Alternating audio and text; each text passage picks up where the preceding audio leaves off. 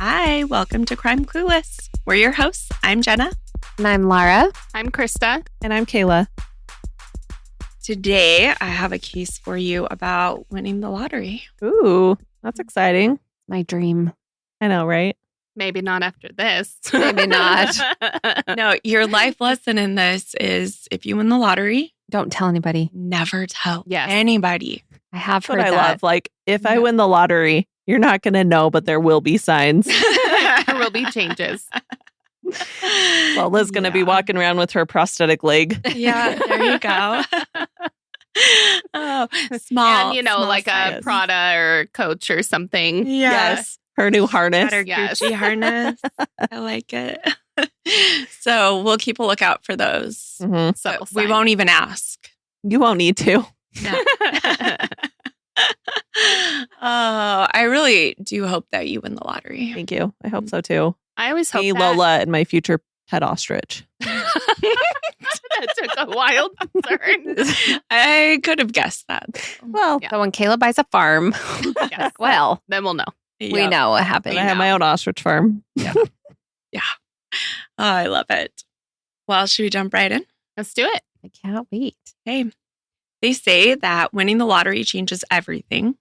For one Florida man, a $30 million jackpot changed everything, including the date on his tombstone. Imagine going from having $5 in your pocket to $17 million in the bank overnight. Imagine the relief, the excitement, and then imagine everyone you've ever met and plenty of people you haven't lining up with their hands out. Abraham Shakespeare lived that reality. I'd have been better off broke, he once lamented to his brother. Unfortunately, that offhand remark turned out to be chillingly prophetic. Let's start at the beginning. Who was Abraham Shakespeare, and how did his dream come true and then so horribly wrong? In 2006, Abraham Shakespeare was a hardworking, barely literate laborer who suddenly struck it rich with a multi-million-dollar lottery win. Ooh, that's wild. Mm-hmm. Less than 3 years later, in January 2010, he was found buried beneath a concrete slab in a backyard, shot twice in the chest. Oh, no. That's so sad. What happened in between is a story of naivety and generosity exploited, greed without conscience, and a con artist so brazen that a judge would later call her, quote, the most manipulative person this court has ever seen. Abraham Lee Shakespeare was, by all accounts, an ordinary guy with an extraordinary name. Born in working-class Lakeland, Florida, he was a truck driver's assistant and occasional laborer with a limited education. In fact, he maybe could read and write, but not much. Friends said that, he wouldn't text them, he would call because texting was out of his realm. Or he would buy a birthday card and have his niece or somebody write in it for him to give. Maybe he was dyslexic. Had a hard time. Yeah, could be. I'm not sure that he was ever diagnosed with anything, Yeah. which is even more sad. Mm-hmm. Friends said he was unpretentious and genuinely nice, if perhaps maybe not worldly wise. He'd spent some time in juvenile homes and had a few minor scrapes with the law in his younger days. Nothing violent, mostly petty stuff and unpaid child support. But by 2006, he was trying to get by on an $8 an hour job, and he didn't have his driver's license. Then on November 15th, 2006, lightning struck. Abraham and a coworker stopped at a convenience store in Frostproof, Florida, and bought some lottery tickets. One of those tickets hit the $30 million Florida Lotto jackpot. Wow. That's so crazy. He got the ticket and he went to his niece because he wasn't sure that the numbers actually matched. And she was like, yes, you won. Please don't show this to anybody. Mm-hmm. Yeah. He chose the lump sum payout, which was $17 million. And just like that, the man who once had only $5 in his pocket became a multimillionaire. After taxes, he had close to 12 million. At first, he didn't go wild like you might expect. He did buy a nice home in a gated community. He bought a couple used cars, and he went to the dealership with a friend and was looking at used cars, and they were like, "You just won the lottery. You can buy a nice one." And he's like, "I like the color on this one, though." That's Very smart. responsible. Smart. Yeah. Mhm.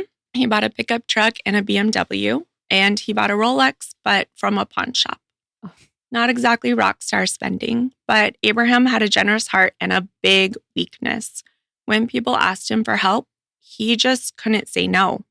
His generosity became legendary in his hometown.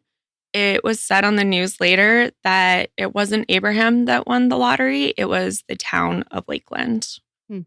One local reporter remembered, people did not hesitate to come to Abraham. "I need money for my mortgage. They're going to repossess my car. I've got to bury my mother." Everything you could think of that someone might need. He paid off mortgages for friends, covered funeral costs, bought people cars, paid for medical bills, you name it. If someone had a sad story, Abraham opened his wallet. I mean, that's like a testament to him that he was such a good person. But I mean, how sad for Absolutely. him that so many people were taking advantage of him. Yep. Mhm. And he was like trying to keep track of it, but it just, Yeah. Too many people. He lent out large sums of money to people informally. One acquaintance described him carrying around a garbage bag stuffed with lottery tickets he'd bought over the years to prove he wasn't cheating anyone. This happened during a lawsuit where the coworker that he had bought the tickets with in the first place falsely claimed that Abraham had stolen the winning ticket from him. Oh my gosh. Yeah, Abraham did win that court case and kept his winnings, but it was an early sign that sudden wealth was bringing him sudden headaches. By 2008, after roughly 2 years of playing this lead banker for the entire town, Abraham had given away or spent a lot of his fortune. He had helped so many people that 90% of his money was gone. Oh, wow. 30 million, 90% gone. He only got 17. And And then only after, 12 and then- after taxes. Yeah. Okay. But That's still, But still. Yeah. Yeah. yeah, he was down to like just a couple million. Wild. According to one report, about 11 million had been burned through by then, either loaned or given away. Unfortunately, the constant requests took a toll on him. He grew frustrated and disillusioned, realizing that many of his so-called friends were just using him. He said, "I thought all of these people were my friends, but then I realized all they want is just money." He even told his brother in despair that he'd just have been better off broke, which is a powerful statement coming from a man who had struggled to even afford a meal. Abraham's naivety with money was almost childlike. Those close to him said he couldn't tell 6,000 from 60,000. He just wasn't good with numbers. One person claimed that he didn't know how many zeros were in 1,000. And despite well-meaning advice from others to invest or get an accountant or a financial planner to take over his money, he found himself intimidated by financial professionals and tried to avoid them. In short, Abraham Shakespeare was the perfect mark for a predator. Rich, overwhelmed, financially illiterate, and a little overwhelmed by the swarm of people trying to get a piece of him. By late 2008, Abraham was tired of being a walking ATM for everyone. He talked about wanting to get away, maybe start fresh, where people didn't know about his jackpot. He was a man with a target on his back, and unfortunately for him, that's when she showed up. Enter Dee Dee Moore. Dorice, or Dee Dee Moore, came into Abraham's life like a guardian angel, or so she made it seem. In reality, she was more of a shark in sheep's clothing. Moore was a 36-year-old, quote-unquote, businesswoman from the same area. She was from Plant City, Florida. She crossed paths with Abraham around late 2008. The introduction wasn't accidental. Moore actively sought him out.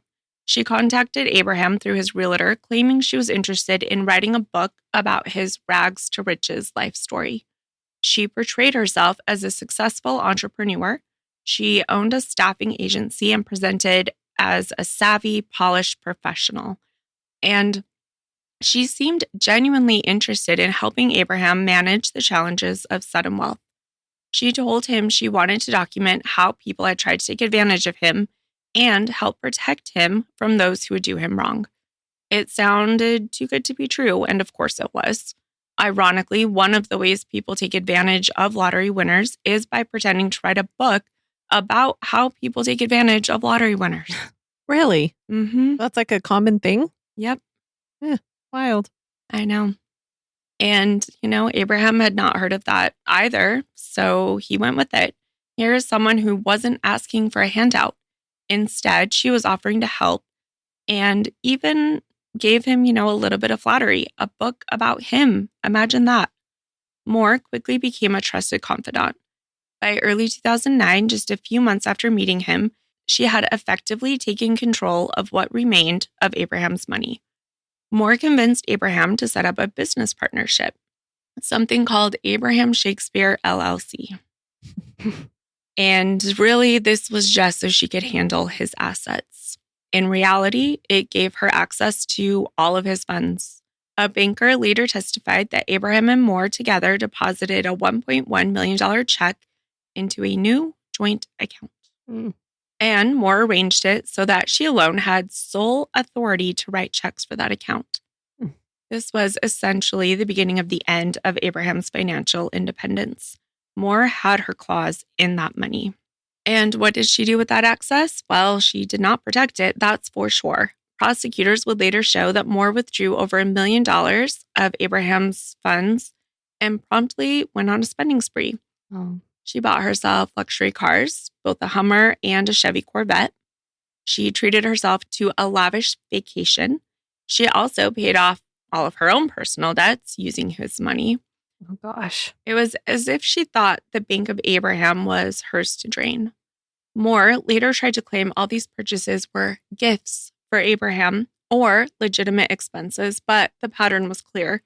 She was looting his accounts.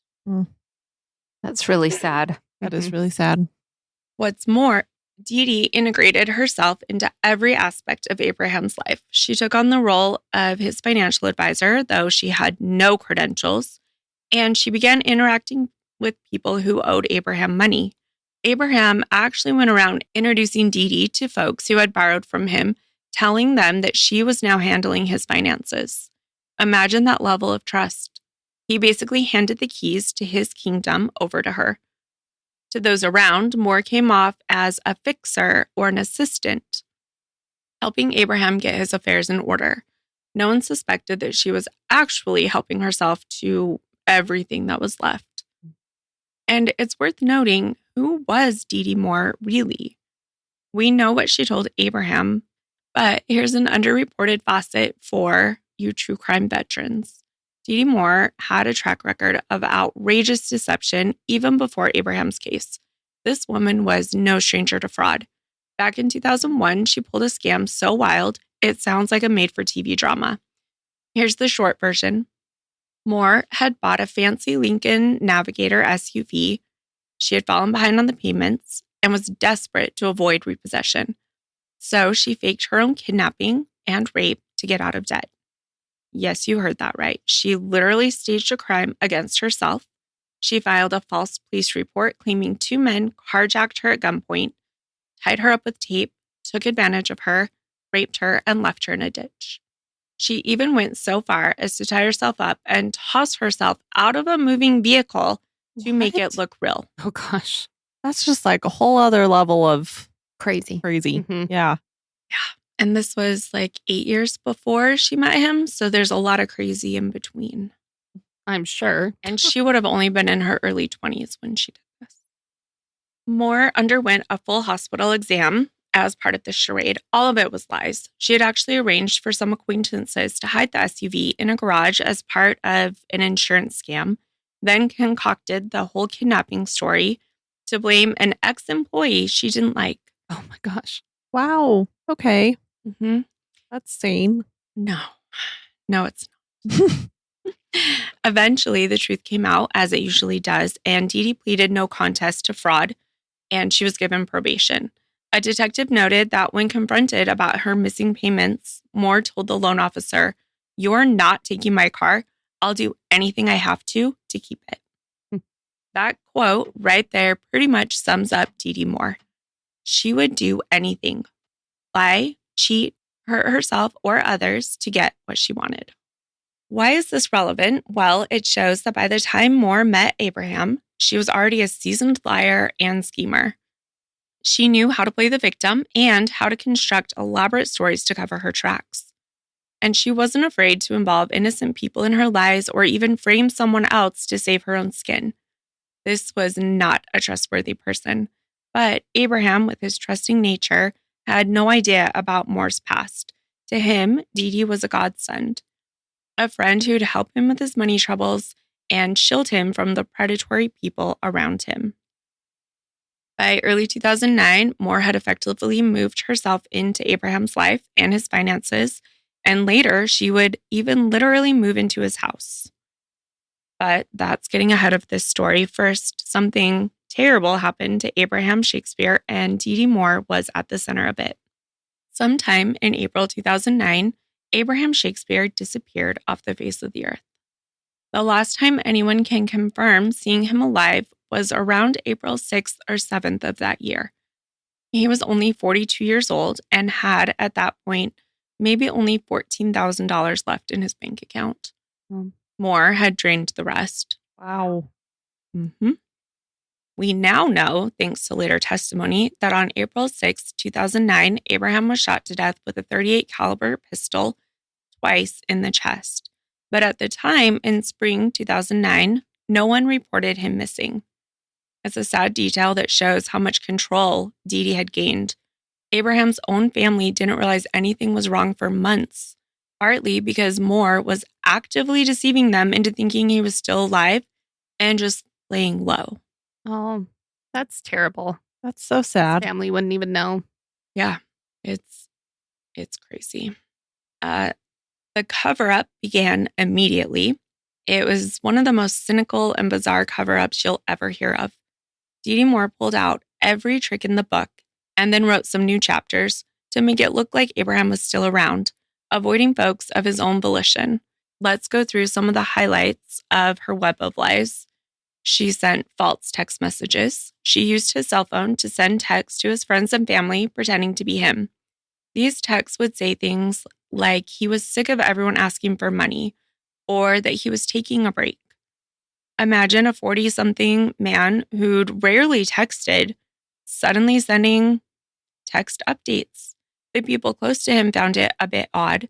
In one instance, Moore texted Abraham's ex-girlfriend to say he had decided to run off with some lady from the bank, trying to excuse his absence. Dee Dee lied to Abraham's mother, Elizabeth Walker, and others about why Abraham wasn't around. She told his mom that Abraham had AIDS, a completely false claim, to explain why he was out of contact, maybe implying that he was too ill or didn't want to face her.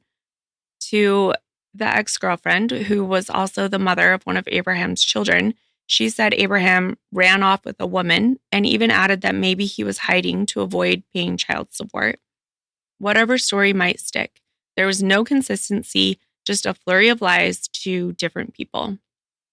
It seems odd that she wouldn't just come out with one story. Yeah. I wonder why she told so many different ones. That seems hard to keep track of. Maybe for the drama. I don't know. Probably. I think she's thinking those people don't talk to each other. Yeah. And she's Trying to tailor her stories to Mhm. that person to make it seem plausible to that person. Maybe. Yeah. Maybe. The biggest one that she seemed to go with was the child support one. She also used that as a reason why he had signed his accounts over to her, saying that they couldn't come after him for his money if none of them were in his name. So she used the child support one a lot. In one instance, Dee Dee actually offered a $200,000 house to someone in exchange for them reporting a false sighting of Abraham. She was trying to manufacture evidence that Abraham was alive and just traveling. Imagine being so confident or desperate that you're willing to trade a house for a lie. That's how big the stakes were to her. She also forged letters from Abraham, which maybe might be one of the craziest. Moore orchestrated a fake letter supposedly written by Abraham to his mother, 7 months after he vanished. Oh. And So then, sad. yeah. And remember, he doesn't read or write. Yeah. She went full spy movie while doing it. According to court testimony, in January of 2010, Moore brought a trusted friend of Abraham's, Greg Smith, to a hotel room. She made Greg wear latex gloves and a surgical mask while she herself did the same. Using a brand new laptop so that it couldn't be traced to her later, Moore typed out a rambling 2-page letter to Abraham's mom. It had no Dear Mom or signature, just a weird monologue that they tried to make fit Abraham's voice. In it, Abraham claimed, quote, "I like being missing," and went on to praise Dee Dee for being such an honest person who wouldn't help him evade child support. "Don't worry about Dee Dee," the letter said, assuring Mom that if Moore got in trouble, the charges wouldn't stick. It even insisted that Abraham had too many legal problems, like delinquent payments, domestic violence accusations, to show his face in town. "I like my life too much to sit in jail," the fake Abraham declared. In other words, the letter tried to paint a picture of Abraham hiding from the law and that Dee Dee Moore was a saint who tried to stop him from doing wrong. Just absolutely brazen. I feel like doing that would just put her at the forefront of everybody's minds that, okay, she's the perpetrator. Wouldn't you want to try and distance yourself from it? You would think. I would think. Yeah. But she's like trying to keep it going, like just disappear. Yeah, just take it and be like, oh, Abraham's gone.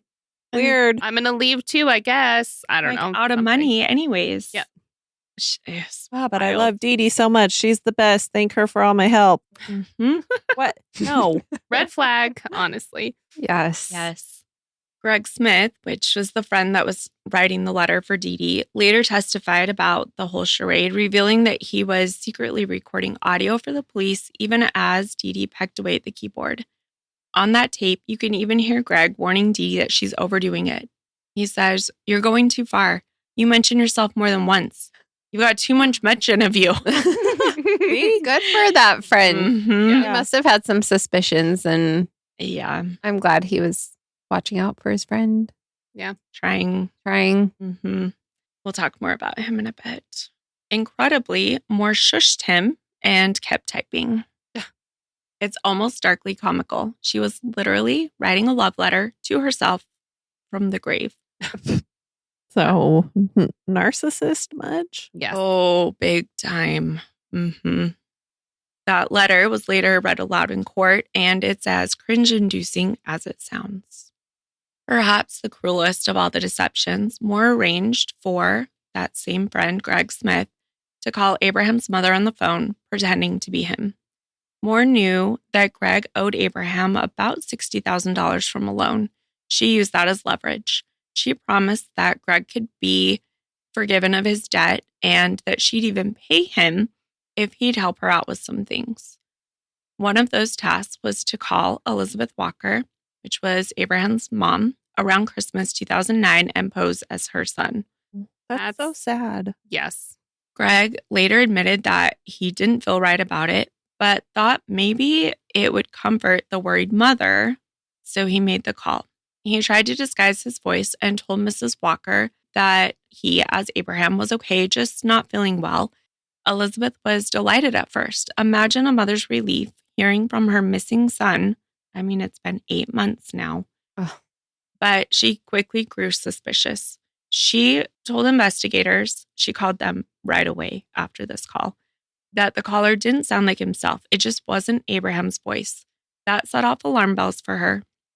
She actually told Moore, "That didn't sound like my son," but Moore tried to smooth it over. Thankfully, Mrs. Walker, like we said, called the police about that strange phone call. That's a dizzying array of deceit, right? Yes. Yes. She essentially created a fictional version of Abraham who was on the run, fed up, and hiding. And for a while, unfortunately, her tactics worked, or at least they delayed the inevitable. Abraham's family did grow uneasy. By November 2009, so about 7 months since anyone had seen him, the family went to authorities and officially reported him missing. But in those 7 months, Moore's lies had kept many people off her back. She even moved into Abraham's own $1 million house, the mansion he'd bought right after winning the lotto, during that time. Yes, you heard that correctly. Abraham was nowhere to be found, and Moore literally started living in his home and helping herself to his remaining possessions. Her audacity knew no bounds. That's why she didn't run away. Right. She wanted to just move into his house and keep everything he'd gotten. Yeah. His cars, like anything. Mm-hmm. She should have sold his car, sold his house, and then started over somewhere new if she didn't want to get caught. But that's the thing with narcissism. You They never think think they you're never going to get caught. Mhm. Yeah, that's true. Yeah. I mean, it doesn't you seem are the like we're dealing smartest. with the smartest. Yeah. So, Yet she probably thinks she is. Yeah, she does think that. of course she does. Yeah. Of course. Once Abraham was officially a missing person, the police investigation kicked into gear. And guess who was at the top of their list?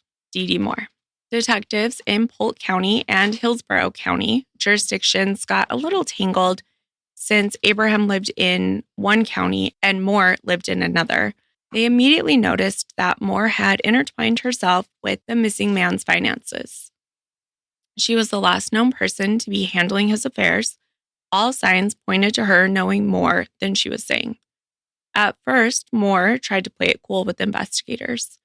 In late 2009, as rumors swirled in the community that Abraham might have met foul play, Moore actually contacted the media to assert her innocence.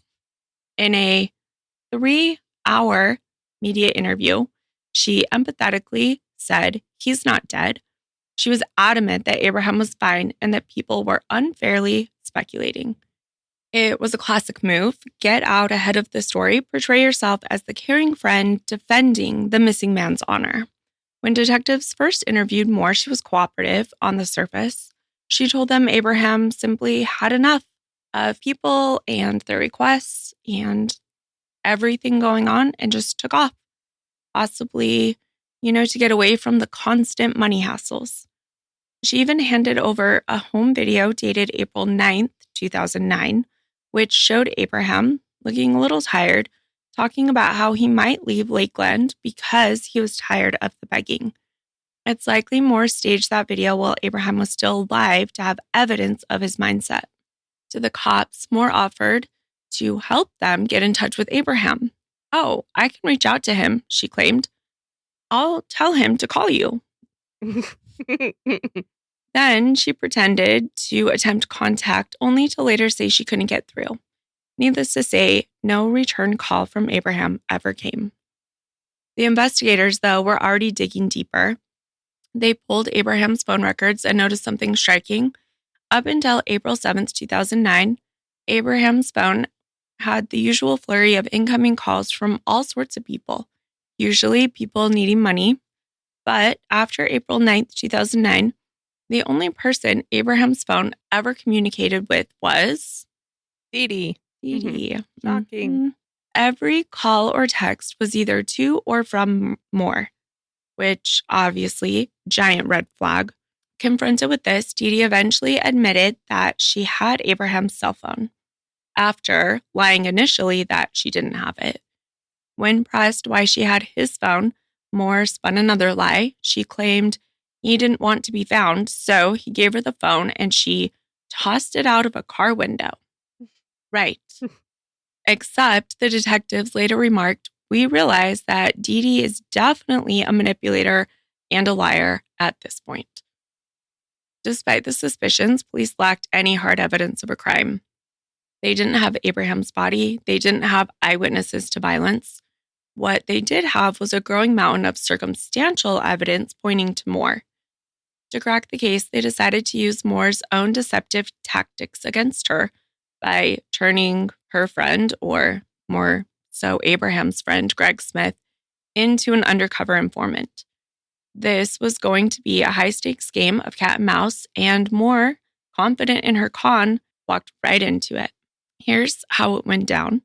So remember that Greg, the friend of Abraham's, had done some of Moore's dirty work, like faking the phone call and helping with the letter. Investigators identified him, and after tracing that phony call to his phone at a mall parking lot, they caught Greg meeting with Moore, apparently exchanging cash. They pulled Greg aside and basically said, "Tell us what's going on, and we might help you. Otherwise, you're going straight to jail." Greg spilled a lot. He confessed that Moore paid him to pretend to be Abraham on the calls to Abraham's mom. I believe there had been 2 at this point. He also revealed that he owed Abraham money and Moore had promised to forgive the debt if he helped her.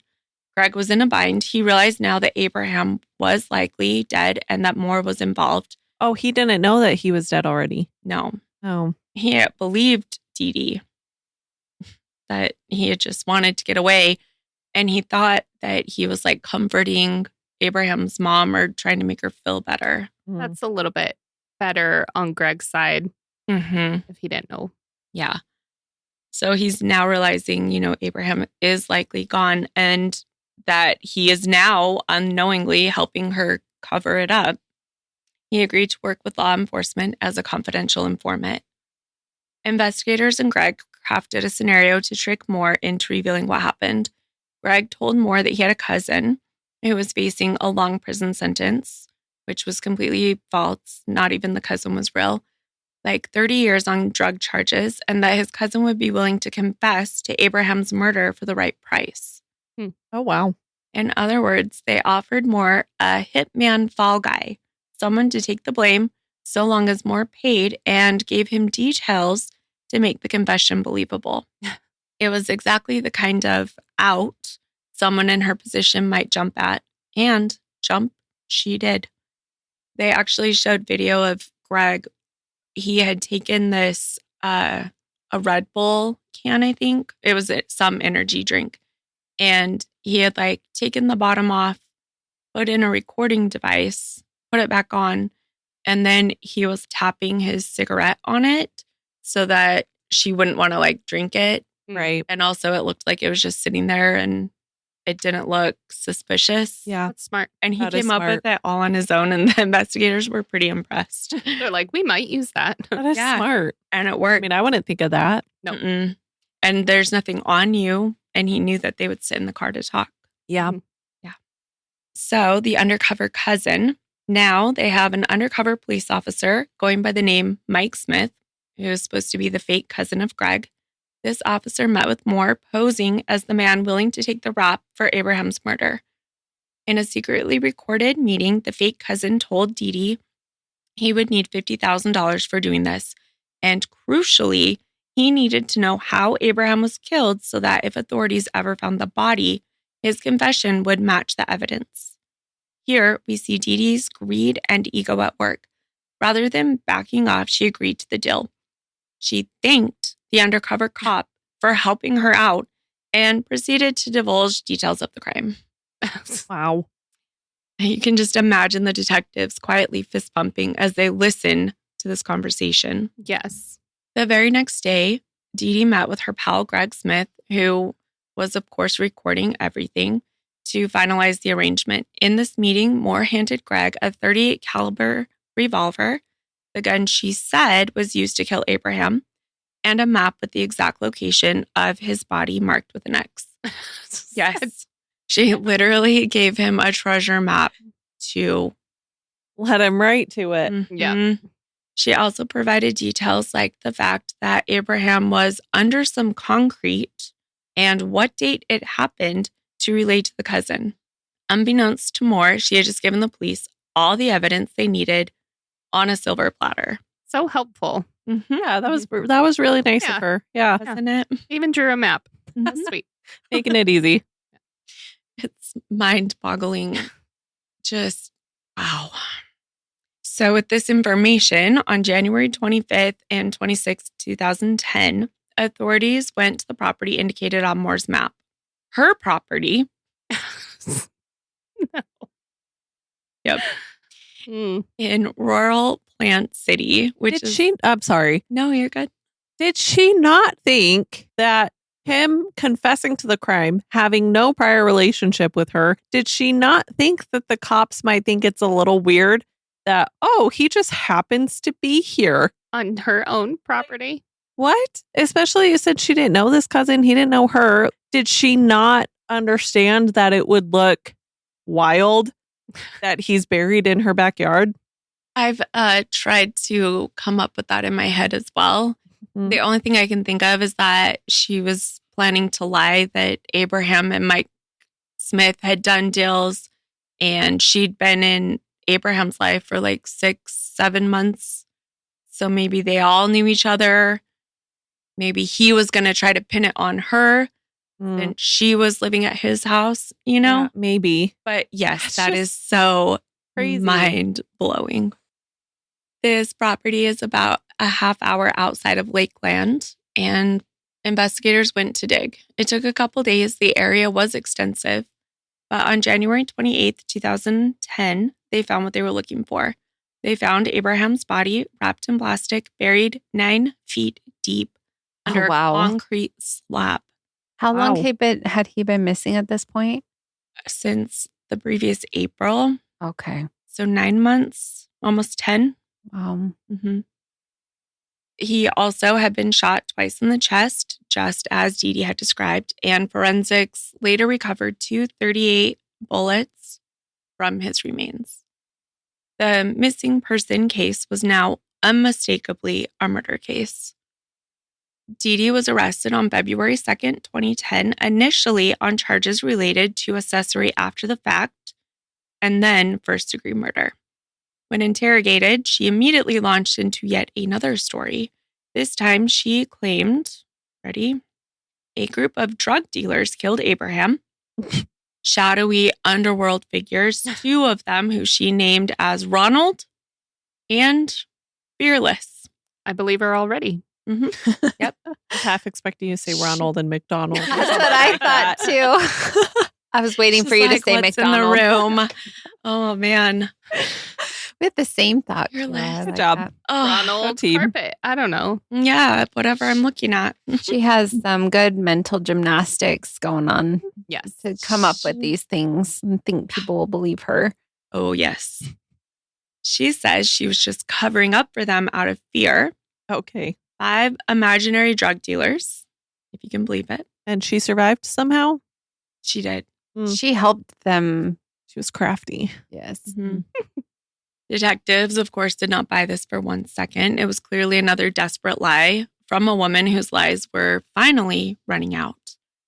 To quickly recap Moore's behavior up to this point, because it's truly astounding, she stole Abraham's money, she killed him, she buried him, she constructed an elaborate hoax to pretend he was still alive, she tried to frame other people, and then when caught, attempted to pin the murder on non-existent drug dealers.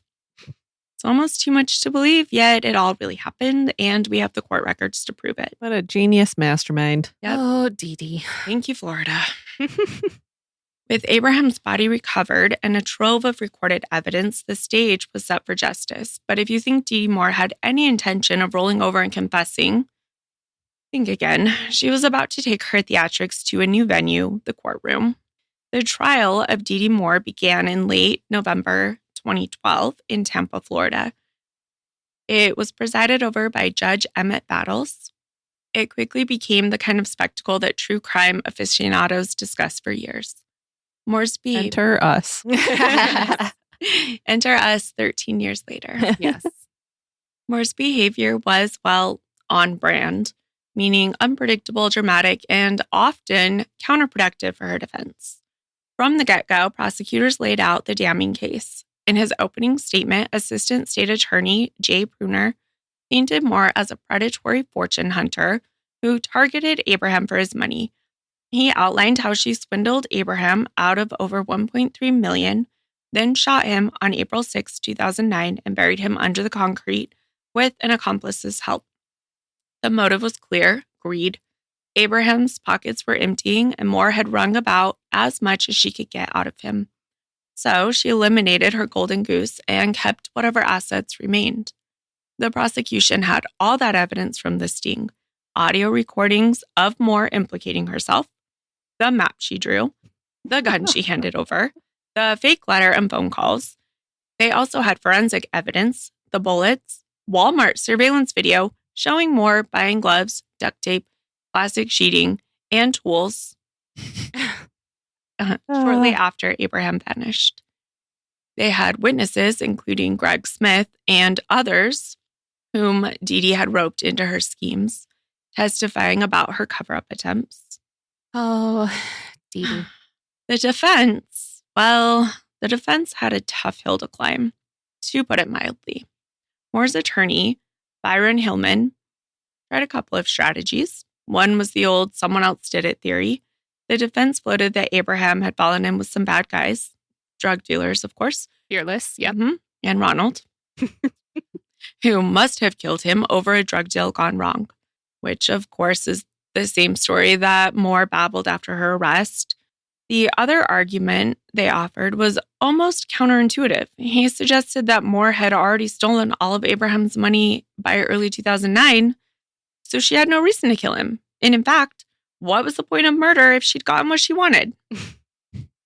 This was a bit of a head scratcher.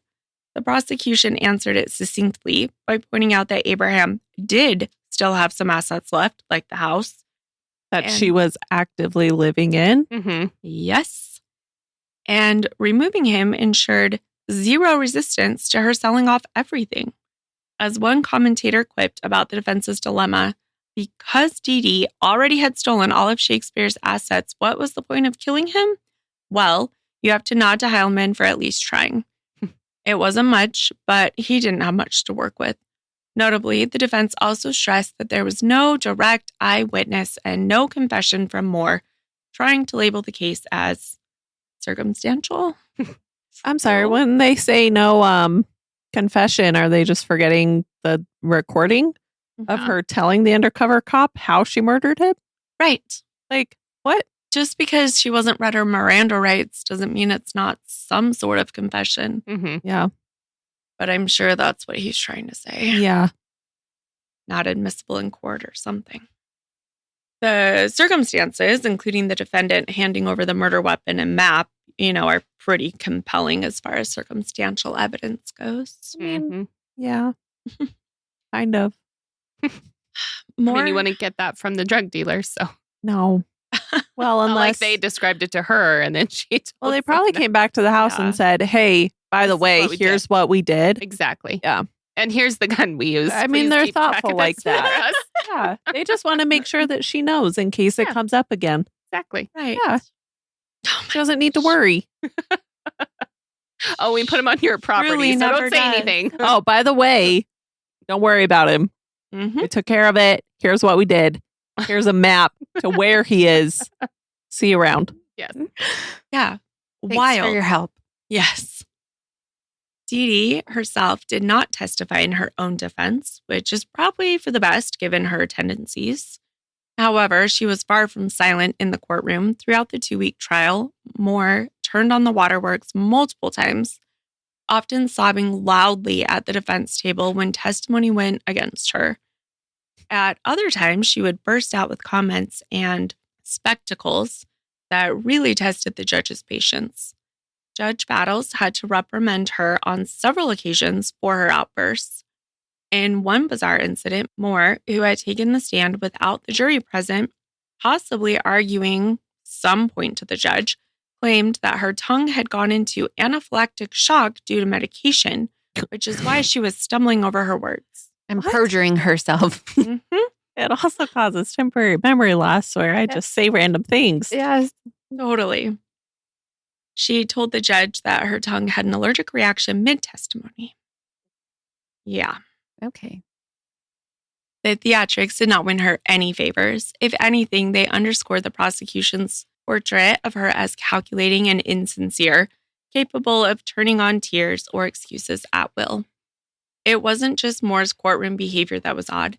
At one point during the trial, one of Moore's friends, a former jailmate named Rose Condora, got ejected from the courtroom for threatening a witness on Moore's behalf. The judge caught wind of it and did not take kindly to that stunt. It was like chaos orbited around Moore, even in court. Meanwhile, the witness testimony against Moore was devastating. Multiple people testified how Moore had tried to draw them into her lies. We heard from Greg Smith, of course, who detailed the secret recordings and all of Moore's requests, like she wanted me to call Abraham's mother and tell her I was him, directly quoted from his testimony. Abraham's mother, Elizabeth Walker, took the stand and recounted how Moore kept insisting her son was okay, feeding her stories about avoiding arrest, avoiding other people, even having AIDS. Mrs. Walker said Moore even told her not to worry and that Abraham was probably laying low because of legal issues, which are all lies, as we know. Abraham's ex-girlfriend and the mother of one of his children also testified. She called Moore divisive and manipulative and recalled Moore telling her that Abraham ran off with the lady from the bank. Again, a blatant lie that Dee Dee had just invented. The parade of witnesses painted a consistent picture. Dee Dee Moore lied to everyone about Abraham's whereabouts and tried to make herself look like the hero when she was anything but. Perhaps most damning was the physical and recorded evidence. The jury heard those audio tapes from Moore's conversations with Greg Smith. They heard her typing that fake letter in the hotel, with Greg gently trying to talk sense into her. They heard her implicate herself with the fake cousin. They saw the Walmart surveillance video showing Moore buying the exact materials one would need to dispose of a body: the gloves, the duct tape, the plastic sheeting, which were items later found near Abraham's grave. Probably with DNA evidence all over them. Yeah, exactly. They saw photos of the gravesite in Moore's yard and the concrete slab under which Abraham had been entombed. It was overwhelming. Moore's defense team ultimately rested without calling a single witness on her behalf. Oh, wow. There really wasn't anything credible to counter the prosecution. In closing arguments, the state hammered home Moore's greed and her cold-hearted planning. The defense basically could only poke at minor inconsistencies and remind jurors that Moore hadn't confessed and they hadn't found anyone who saw her pull the trigger. It was thin. The jury didn't need long. After a 3-hour deliberation, on December 10th, 2012, they returned a guilty verdict for first-degree murder. Surprise. Mm-hmm. Yeah. Shocking. Yeah. She was also found guilty of related charge for using a firearm in the course of the murder. In Florida, first-degree murder carries a mandatory life sentence without parole, since prosecutors had not sought the death penalty.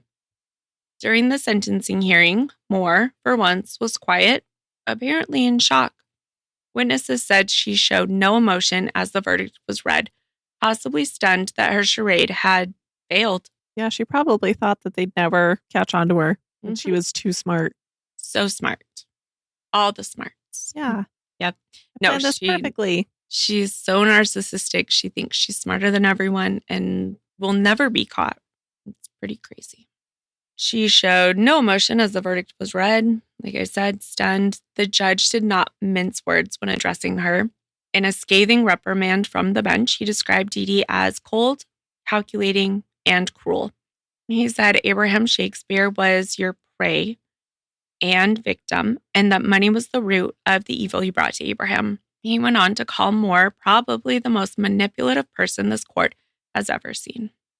When a judge says something like that, it's for the ages. Those words neatly encapsulated the entire case. Moore's unique blend of charm and treachery, and the tragedy that an essentially decent man fell victim to it.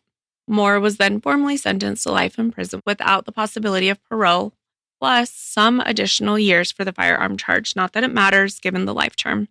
As she was let out in handcuffs, Abraham's family and friends could finally breathe a sigh of relief that the woman who had caused so much pain was finally facing justice. One might hope that is where our story ends. Killer convicted, case closed. But Dee Dee Moore was not about to go quietly into the night.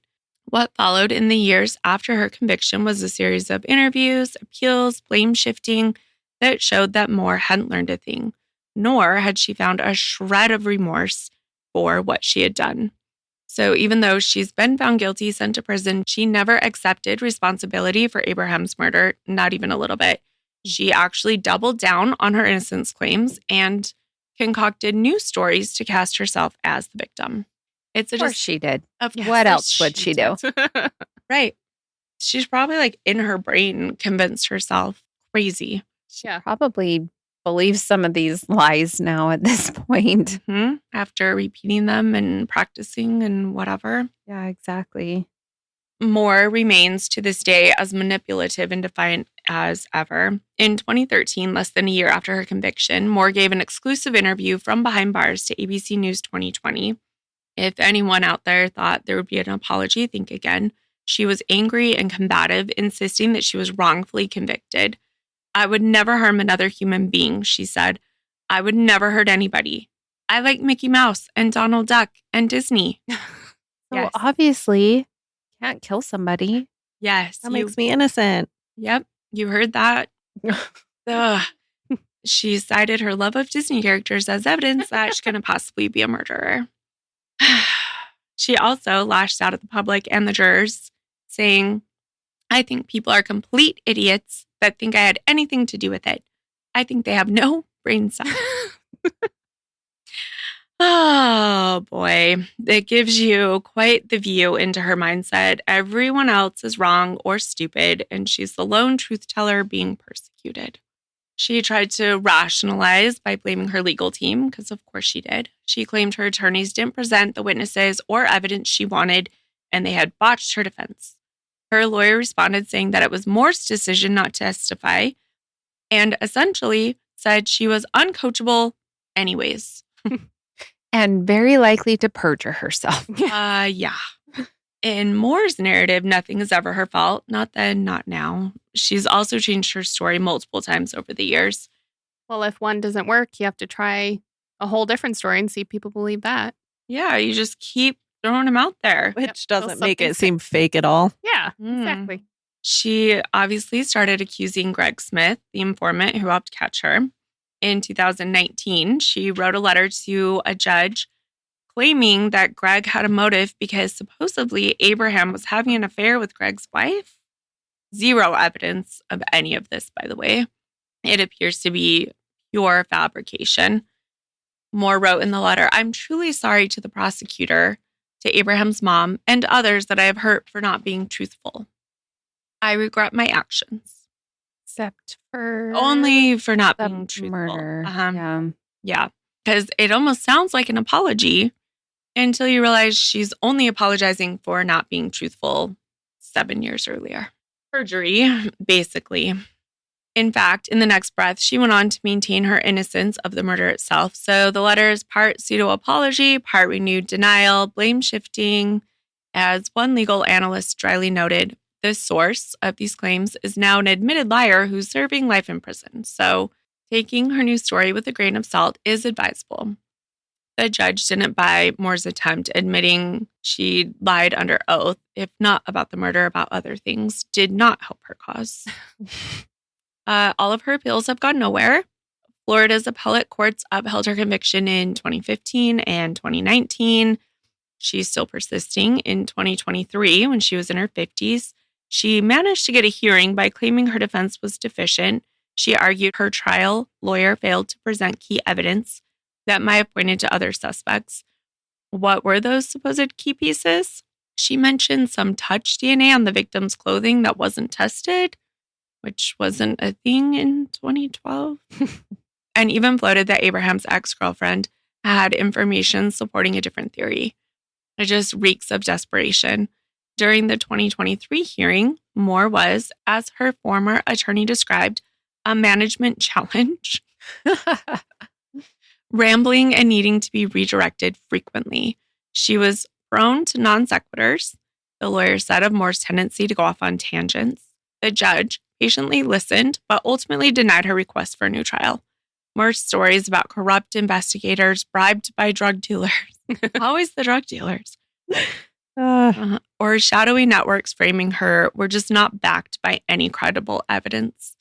As one detective flatly put it, responding to her 2023 conspiracy claim, I have never heard of anything of this corrupt drug network or corruption in any of our departments. Oh, to this day, she maintains her innocence behind bars. In a recent interview tied to a 2020 episode in 2025, she said there was no reason for him to pass away over money. That statement is strangely telling. It's like she's acknowledging the senselessness of killing Abraham for what little money remained. Yet she stopped short of admitting she's the one who did it. It's as if even she can't justify the outcome, yet she won't face that she caused it. She also complained that it was a one-sided trial, and there's a lot of ignorance in the world, just same boring things that it was She's one-sided got her because anywhere. there was no one to counter on the claims. there's no other side. No, You have nothing. that's why it's one-sided. Exactly. Oh, so at the end of the day, Abraham lost his life because he had something someone else wanted. It's a tale as old as time, but with that uniquely 21st century twist, from the text message tricks to undercover stings with the Red Bull camera, it leaves us pondering some uncomfortable questions. What would we do if suddenly wealthy? Who could we trust? How do we balance generosity with self-preservation? And how do we spot a Dee Dee Moore in our midst before it's too late? One can only hope that Abraham's story causes at least a few people to think twice when a too good to be true helper comes along. Perhaps the next lottery winner will remember Abraham Shakespeare and be a bit more cautious about the motivations of new friends. What do you guys think? It's really sad. He seemed like just such a genuinely nice person who wanted to help people. Mm-hmm. And it's I just agree. so sad that was so blatantly taken advantage of. Mhm. From the what I was very thinking. beginning. Yeah. A lot of people took advantage of him Yeah. before even she came along. Yes. Yeah, I was It's gonna so say, sad. yeah, it wasn't even just Dee Dee. No. I mean, The he others went didn't through- kill him, but Yeah. Went through Yeah. 10 million, 11 million in just a couple years. before he Before- met her, Exactly. That's which so is sad that she killed it. Like she didn't even get that much out of him, really. If she had come in when he had the 17 million or 12 million, whatever it Mhm. was. Mhm. I mean, not that that excuses it, but Of course. But to do all of that over like $1 million. $1 million, maybe. No, I think it was less than that, you said. I think it was what you said. They deposited 1.1 million I think in a joint account. I think they Mhm. can prove that she was responsible for taking 1.3 million. Wow. So sad that he won this and he really didn't get to benefit from it. No. Really, Mm.